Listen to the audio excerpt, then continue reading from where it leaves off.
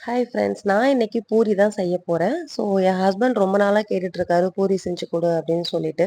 பூரிக்கு மாவெல்லாம் பெசையணும், ஒண்ணு ஒண்ணா தட்டி போடுற அளவுக்கு நமக்கு பொறுமை இல்ல அப்படின்னு சொல்லிட்டு நானும் ரொம்ப நாளா செய்யாமயே விட்டுட்டேன். ஸோ இன்னைக்கு நம்ம அவருக்கு சர்ப்ரைஸ் குடுக்கலாம் அப்படின்னு சொல்லிட்டு நான் வொர்க் முடிச்சுட்டு 9:00 வந்தேன். ஸோ வந்ததையுமே நான் பூரி செய்யலாம் அப்படின்னு சொல்லிட்டு திடீர்னு ஒரு மைண்ட் செட்டு. ஸோ ஸ்டார்ட் பண்ணிட்டேன்.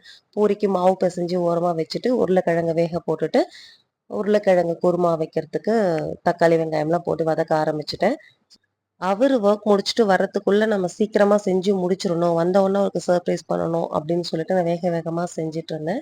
ஸோ உருளைக்கிழங்கு கிரேவி ரெடி ஆயிடுச்சு. ஸோ நம்ம உரிச்சு வச்ச உருளைக்கிழங்கு எடுத்து அதில போட்டு கொத்தமல்லி தழை தூவி இறக்கிட வேண்டியது தான். இது செஞ்சுட்டுருக்கும்போதே நான் இடையில பூரிக்கு மாவெல்லாம் உருட்டி ரெடி பண்ணிட்டேன். மாவு ரொம்ப சாஃப்ட்டா இருந்தது.